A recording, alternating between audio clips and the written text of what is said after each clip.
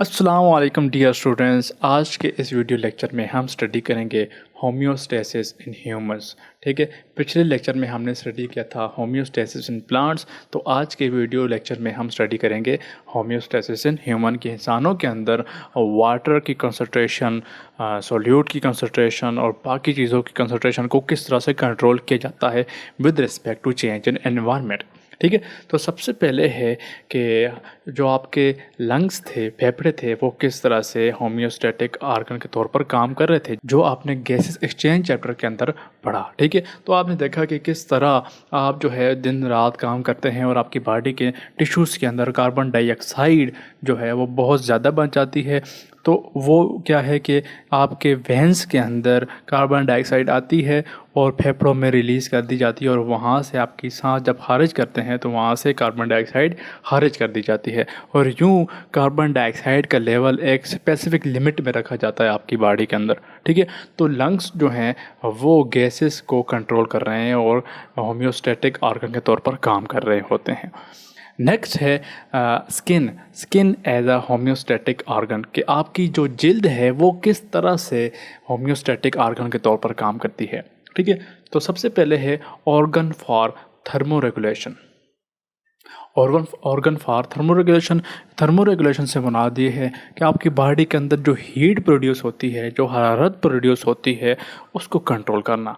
और वो किस तरह से की जाती है कि आपकी स्किन के नीचे फैट सेल की एक लेयर, मोटी सी लेयर मौजूद होती है जो कि एक इंसुलेटर के तौर पर काम करती है। ठीक है, किसके तौर पर काम करती है? इंसुलेटर के तौर पर काम करती है। उसका मतलब क्या होता है कि अगर हम यहाँ पे फैटी लेयर बनाएं तो जो हीट यहाँ पर मौजूद है वो इसके आर पार नहीं जा सकती। ठीक है, तो आपकी बॉडी के अंदर जो हीट होगी उसको कंट्रोल करेगी। और वो किस तरह से कंट्रोल करेगी? फॉर एग्जांपल बाहर जो है गर्मी ज़्यादा है तो बाहर की गर्मी आपकी बॉडी के अंदर नहीं जा सकती। इसी तरह अगर बाहर बहुत ज़्यादा सर्दी है तो आपकी बॉडी की अंदरूनी जो हीट है वो बाहर नहीं जाने देगी आपकी स्किन और उसके नीचे जो फैटी लेयर मौजूद है। नेक्स्ट है गूस बम्प्स। जब आपको सर्दी लग रही होती है तो उसमें क्या होता है कि आपकी स्किन जो है वो कॉन्ट्रैक्ट करती है और उसके ऊपर जो बाल मौजूद होते हैं वो खड़े हो जाते हैं और एक इंसुलेटिंग लेयर बना देते हैं। उससे क्या होता है कि जिस तरह फॉर एग्जांपल अगर आपकी ये जल्द है तो इसके ऊपर जो बाल मौजूद हैं वो आपस में क्या कर देते हैं, एक लेयर बना देते हैं ऊपर ही ऊपर, और उसकी वजह से क्या होता है कि हीट जो है वो ट्रांसफ़र नहीं हो सकती। ठीक है, तो गूज बम्प का मतलब भी यही होता है कि वो अंदर की हीट को बाहर ना जाने दें और आपको जो है मज़ीद सर्दी जो है वो नहीं लगेगी। ठीक है, नेक्स्ट है स्वेटिंग। स्वेटिंग क्या होता है? पसीना आना। और पसीना आने से क्या होता है कि जब फॉर एग्जाम्पल आपको बुखार होता है या टेम्परेचर जो है बहुत ज़्यादा हो गया है, तब क्या होता है कि आपको पसीना आता है। पसीना आने से आपकी जल्द जो है वो गीली हो जाती है और आपको क्या होता है कि ठंडक महसूस होती है। और स्वेटिंग का एक दूसरा फ़ायदा ये है कि आपकी बॉडी के अंदर जो साल्ट वगैरह होते हैं, जो मिनरल्स वगैरह होते हैं, एक्स्ट्रा मिनरल्स मौजूद होते हैं, वो भी इसी तरीके से बाहर निकाल दिए जाते हैं। ठीक है, तो आपने देखा कि किस तरह स्किन जो है एज ए होम्योस्टैटिक आर्गन के तौर पर काम कर रही थी। नेक्स्ट है kidney as a homeostatic organ. की किडनी जो है वो होम्योस्टैटिक आर्गन के तौर पर किस तरह से काम करती है? तो किडनी आपकी बॉडी के अंदर जो नाइट्रोजनस वेस्ट होता है, जो आप खाते पीते हैं और प्रोटीन्स वगैरह हासिल करते हैं, तो बदले में जो वेस्ट मटेरियल बनता है उसको बॉडी से एक्सक्रीट आउट करते हैं। और नेक्स्ट वाटर बैलेंस को भी एक लिमिट के अंदर रखते हैं कि आपकी बॉडी के अंदर कितना वाटर होना चाहिए, ये भी जो है आपकी किडनी कंट्रोल करते हैं।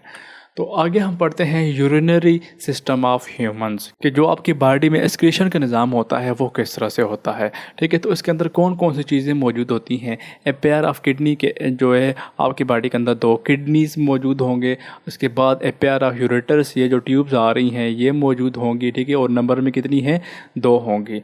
नेक्स्ट है ए यूरिनरी ब्लैडर, जो आपको यहाँ पर मिलेगा। ठीक है, उसके बाद जो है यूरिथ्रा, जो कि यूरिनरी ब्लैडर में से जो है यूरिन को आउट कर देगा। ठीक है, तो ये था structure of human urinary system.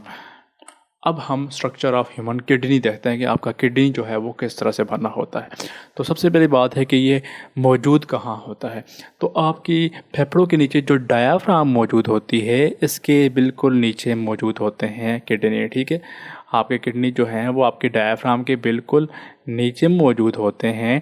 और जो वर्टिब्रल कॉलम है, ठीक है, अगर मैं यहाँ पे रफ सी वर्टिब्रल कॉलम ड्रा करूँ तो उसकी दोनों साइड के ऊपर मौजूद होंगे, ठीक है। और डॉर्सल बॉडी वाल जो है वहाँ पे अटैच होंगे।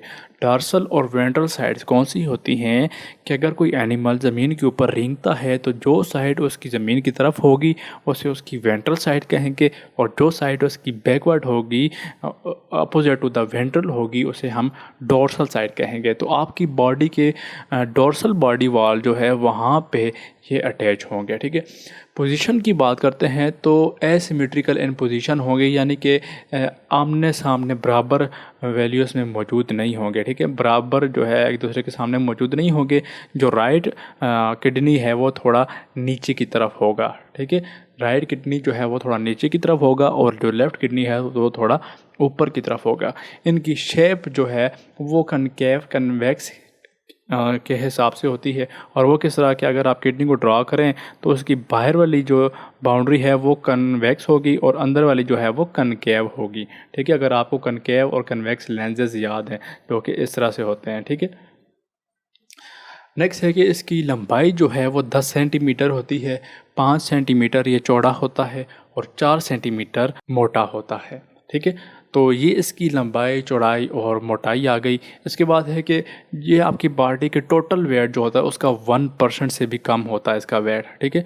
कि किडनीज़ का वेट जो है वो आपकी टोटल बॉडी के 1% से भी कम होता है। और अब ऑल अबाउट एक किडनी का वेट 150 ग्राम्स होता है, ठीक है। एक किडनी का वेट कितना होता है? 150 ग्राम्स। और एक बीट के ऊपर, हार्ट बीट जो आपका दिल धड़कता है, एक बार दिल के धड़कने से आपके किडनी को 20% ब्लड मिलता है, ठीक है। जो आपकी बॉडी के अंदर टोटल ब्लड है उसमें से 20% आपकी किडनीज को मिलता है पर ही हार्ट बीट, ठीक है।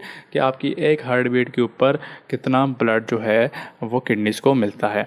आगे हम देखते हैं थोड़ा और डिटेल स्टडी में देखते हैं कि इसके अंदर स्ट्रक्चर कौन कौन से होते हैं, ठीक है। तो जिस टिश्यू ने किडनी को कवर किया होता है उसे रीनल कैप्सूल कहते हैं, ठीक है। क्या कहते हैं? रीनल कैप्सूल कहते हैं। और ये इसके इर्द गिर्द जो है वो मौजूद होता है। किडनी की कन्वेक्स साइड पे इस जगह के ऊपर एक डिप्रेशन सी मौजूद होती है जो यहाँ पे आपको नज़र आ रही होगी, ठीक है।